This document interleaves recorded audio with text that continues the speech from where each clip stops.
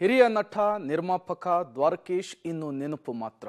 ಇವತ್ತು ಇಹಲೋಕವನ್ನು ತ್ಯಜಿಸಿದ್ದಾರೆ ದ್ವಾರಕೀಶ್ ಅವರು. ಕನ್ನಡದ ಹಿರಿಯ ನಟ ದ್ವಾರಕೀಶ್ ನಿಧನ.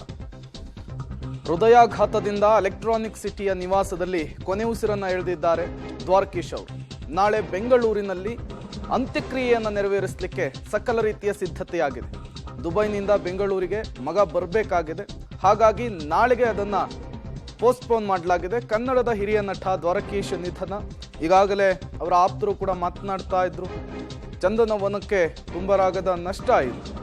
ನಾಳೆ ಬೆಂಗಳೂರಿನಲ್ಲಿ ಅಂತ್ಯಕ್ರಿಯೆಯನ್ನು ನೆರವೇರಿಸಲಿಕ್ಕೆ ಸಕಲ ರೀತಿಯ ಸಿದ್ಧತೆಯನ್ನು ಮಾಡಿಕೊಳ್ಳಲಾಗಿದೆ.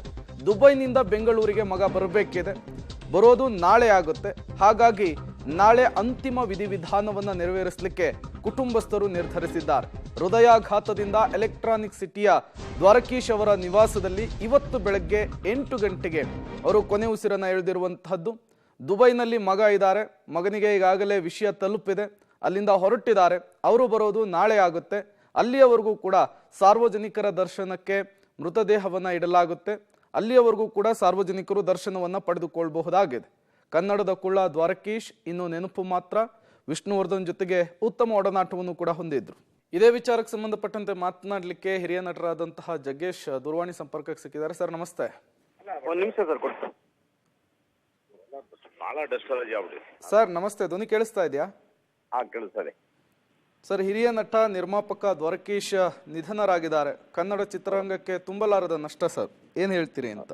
ಅವರ ಆತ್ಮಕ್ಕೆ ಶಾಂತಿ ಸಿಗ್ಲಿ, ಪೂರ್ಣ ಆಯುಷ್ಯ. ಹಾ ಸರ್. 80 ವರ್ಷನ ದಾಟಿದ್ದಾರೆ ಅಂದ್ರೆ ಶಾಸ್ತ್ರ ಚಂದ ದರ್ಶನ ಆಗಿದೆ ಅಂತ ನಮ್ಮ ಒಂದು ಇದರಲ್ಲಿ ಹೇಳ್ತಾರೆ. ಪೂರ್ಣ ಆಯುಷ್ಯ, ಒಳ್ಳೆ ಪಾಪ. ನಮ್ಗೆ ಇವತ್ತು ಬಹಳ ಬೇಜಾರಾಯ್ತು. ನಮಗೆ ಬಹಳ ವೈಯಕ್ತಿಕವಾಗಿ ನನ್ನ ಬದುಕಲ್ಲಿ ಬಹಳ ಸಹಾಯ ಮಾಡಿದ ಮನುಷ್ಯ ಆತ. ನಮ್ದೆಲ್ಲ ಅಪ್ಕಮಿಂಗ್ ಡೇಸ್ ಅಲ್ಲಿ ಕರೆದು ಸಿನಿಮಾ ಮಾಡಿಸಿ ನಮಗೆ ವಿಶೇಷವಾದ ಪಾತ್ರಗಳನ್ನೆಲ್ಲ ಕೊಟ್ಟು ನಮ್ಮ ಬದುಕಲ್ಲಿ ನಾವ್ ಹೆಂಗೆ ಇರಬೇಕು ಅನ್ನೋ ಮಾರ್ಗದರ್ಶನ ಕೂಡ ಮಾಡಿದಂತ ಪುಣ್ಯಾತ್ಮರವರು. ನನಗೆ ವೈಯಕ್ತಿಕವಾಗಿ ಬಹಳ ಇಷ್ಟವಾದಂತ ನಟರು ಮತ್ತೆ ಹಿರಿಯ ನಟರು ಅವರು.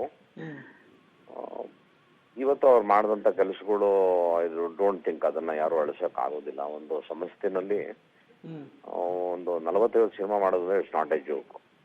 ಪಾಪ ಅವರು ಅಂತ ಒಳ್ಳೊಳ್ಳೆ ಸಿನಿಮಾಗಳನ್ನ ಕನ್ನಡ ಕೊಟ್ಟಿದ್ದಾರೆ. ಅವರ ಆತ್ಮಕ್ಕೆ ಶಾಂತಿ ಸಿಗ್ಲಿ ಅಂತ ಅಷ್ಟು ಮಾತ್ರ ನಾನು ಕೇಳಬಲ್ಲೆ. ನಿಮ್ಮ ದ್ವಾರಕೀಶ್ ಒಡನಾಟ ತುಂಬಾ ಚೆನ್ನಾಗಿತ್ತು, ಅನ್ಯೋನ್ಯವಾಗಿತ್ತು. ಕೊನೆಯದಾಗಿ ಯಾವಾಗ ಭೇಟಿಯಾಗಿದ್ರಿ ಸರ್?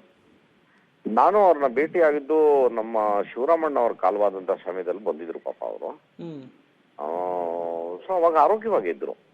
ಐ ಡೋಂಟ್ ಥಿಂಕ್ ಅವರು ಸಾವಿನವರೆಗೂ ಚೆನ್ನಾಗೇ ಇದ್ರು ಅಂತ ನಾನು ಭಾವಿಸ್ತೀನಿ. ಅವ್ರ ಬಾಡಿ ಲ್ಯಾಂಗ್ವೇಜ್ ಎಲ್ಲ ನೋಡಿದಾಗ ಚೆನ್ನಾಗಿ ಹೆಲ್ತಿಯಾಗೇ ಇದ್ರು. ನಾನು ಅವಾಗ್ಲೇ ಲಾಸ್ಟ್ ನೋಡಿದ್ದು. ಬಟ್ ಮಧ್ಯ ಫೋನಲ್ಲಿ ಅವರು ಶ್ರೀಮತಿ ಅವರು ಒಂದ್ಸರಿ ಫೋನ್ ಮಾಡಿದ್ರು. ಮಾಡಿದಾಗ ತಿರ್ಗಾ ನಾನು ವಾಪಸ್ ರಿಂಗ್ ಮಾಡಿದೆ. ಅಷ್ಟರಲ್ಲಿ ನಿದ್ರೆ ಮಾಡಿದ್ರು ಅವರು. ಸಂಜೆ ಮಾಡ್ಬಿಡೋ ಮರಿ ಎದೊಳ್ತಾರೆ ಅಂತ ಮಾಡಿ ಮಾತಾಡ್ದೆ. ಏನಣ್ಣ ಫೋನ್ ಮಾಡಿದ್ರಿ ಅಂದೆ. ಏನೋ ಸುಮ್ಮನೆ ನೆನಪಾಯ್ತು ಕೊಡೋ ಅದಕ್ಕೆ ಮಾಡಿದೆ ಅಂತ. ಅದಾಗಿ ಒಂದು 2 ದಿನಕ್ಕೆ ಅವ್ರು ಶ್ರೀಮತಿ ಅವ್ರು ತಿರೋಗ್ಬಿಟ್ರು. ನಂಗೆ ಬಹಳ ಹರ್ಟ್ ಆಯ್ತು.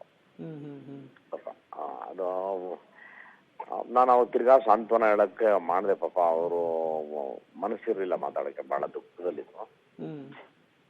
ಅವರು ಅವ್ರ ಮಕ್ಕಳು ಎಲ್ಲ ನನ್ನ ಬಹಳ ಆತ್ಮೀಯ, ಬಹಳ ವರ್ಷಗಳಿಂದ ನೋಡಿದವರು.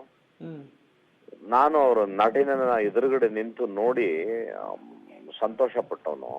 ಹೌ ಈ ಆಕ್ಟ್ಸ್, ಹೇಗೆ ಒಂದು ಸೀನ್ ಡಿವೈಡ್ ಮಾಡಿಕೊಂಡು ತನ್ನ ಸಹಪಾಠಿಗಳ ಜೊತೆ ಎಲ್ಲ ಒಂದೊಂದೇ ಫ್ರೇಮ್ ಅಲ್ಲೂ ಕೂಡ ಹಿಂಗ್ ನೀನ್ ಆಕ್ಟ್ ಮಾಡ್ಬೇಕು, ಕ್ಯಾಮ್ರಾ ಇಲ್ಲಿದೆ ಹಿಂಗ್ ಮುಖ ತೋರಿಸು, ಹಿಂಗ್ ಮಾಡೋ ಅಂದ್ರೆ ಲೈಕ್ ಎ ಟ್ಯೂಟರ್. ತುಂಬಾ ಒಳ್ಳೆ ಕಲಿಸ್ಕೊಡೋ ಅಂತ ಒಂದು ಗುಣ ಅವ್ರಿಗೆ. ಎಲ್ಲರಿಗೂ ಟ್ರೈನ್ ಮಾಡೋದು, ಅಭ್ಯಾಸ ಮಾಡಿಸೋದು, ಆಮೇಲೆ ಟೇಕ್ ಮಾಡಿದಾಗ ಚೆನ್ನಾಗ್ ಆಯ್ತು ಅಂದ್ರೆ ಸಂಭ್ರಮಿಸೋರು ಅವರು. ತುಂಬಾ ಚೆನ್ನಾಗ್ ಬಂತು ಅಂತ. ಚೆನ್ನಾಗ್ ಬಂದಿಲ್ಲ ಅಂದ್ರೆ ಎಲ್ಲಾರು ಸರಿ ಮಾಡಿದ್ರು ನೀನೊಬ್ಬ ಸರಿ ಮಾಡಿಲ್ಲ ಅಂತ ಬೈಯೋರು. ಹಾಗೆ ಅಂತ ತುಂಬಾ ಒಳ್ಳೆ ಒಡನಾಟ, ನೆನಪು ಮಾನಸದಲ್ಲಿ ಹಾಗೆ.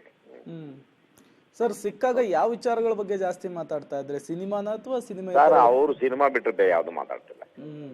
ನನ್ನ ಪ್ರಕಾರ ಅವರು ಜೀವನದಲ್ಲಿ ಏನೇ ಮಾಡಿದ್ರು ಕೂಡ ಅವರು ಒಂದು 2 ಮಾತಾಡಿದ್ರು ಅದರಲ್ಲಿ ಒಂದು ಮಾತು ಸಿನಿಮಾದೇ ಇರ್ತಾ ಇತ್ತು. ಆತರ. ಆಮೇಲೆ ಯಾವತ್ತು ಈಗೋಯಿಸ್ಟಿಕ್ ಇಲ್ಲ ನೋಡಿ. ಅವ್ರು ಎಷ್ಟು ದೊಡ್ಡ ಅಚೀವರ್ ಅಂದ್ರೆ ರಾಜ್ಕುಮಾರ್ ಅವ್ರಾಗ್ಬೋದು, ವಿಷ್ಣು ಸರ್ ಆಗ್ಬೋದು, ಎಷ್ಟೋ ಜನರ ಜೊತೆ ಅವರು ಒಡನಾಟ ಮತ್ತೆ ಬೆಳವಣಿಗೆ ಆಗಿದೆ. ಬಟ್ ಎಲ್ಲೂ ಈಗೋಯಿಸ್ಟಿಕ್ ಸ್ಪೀಚ್ ಇರಲಿಲ್ಲ, ನಾನಂತೂ ಅದು ಮಾತಿರಲಿಲ್ಲ. ಬಹಳ ಹಂಬಲ್, ಡೌನ್ ಟು ಅರ್ತ್, ತುಂಬಾ ಪ್ರಶಾಂತವಾಗಿರೋರು, ಕಾಮೆಂಟ್ ಪಾಯಿಂಟ್ ಇರೋರು. ಆಮೇಲೆ ಸ್ವಲ್ಪ ತಮಗೆ ಅನಿಸಿದ್ರೆ ಏನಾದ್ರು ಒಳ್ಳೆ ಮಾತುಗಳು ಹೇಳೋರು. ರಾಯರ ಬಗ್ಗೆ ಬಹಳ ವಿಶೇಷವಾಗಿ ಮಾತಾಡೋರು. ರಾಯರ ಭಕ್ತರು ಹಾಗೆ ಅವರು ಬಹಳ ಒಳ್ಳೆ ಸಂಬಂಧ ಇತ್ತು ಸರ್. ನನ್ನ ಆತ್ಮ ಶಾಂತಿ ಸಿಕ್ಕಿ. Okay okay, thank you Jaggesh ಅವರೇ, ಪಬ್ಲಿಕ್ ಟಿವಿ ಜೊತೆ ಮಾತನಾಡಿದ್ದಕ್ಕಾಗಿ.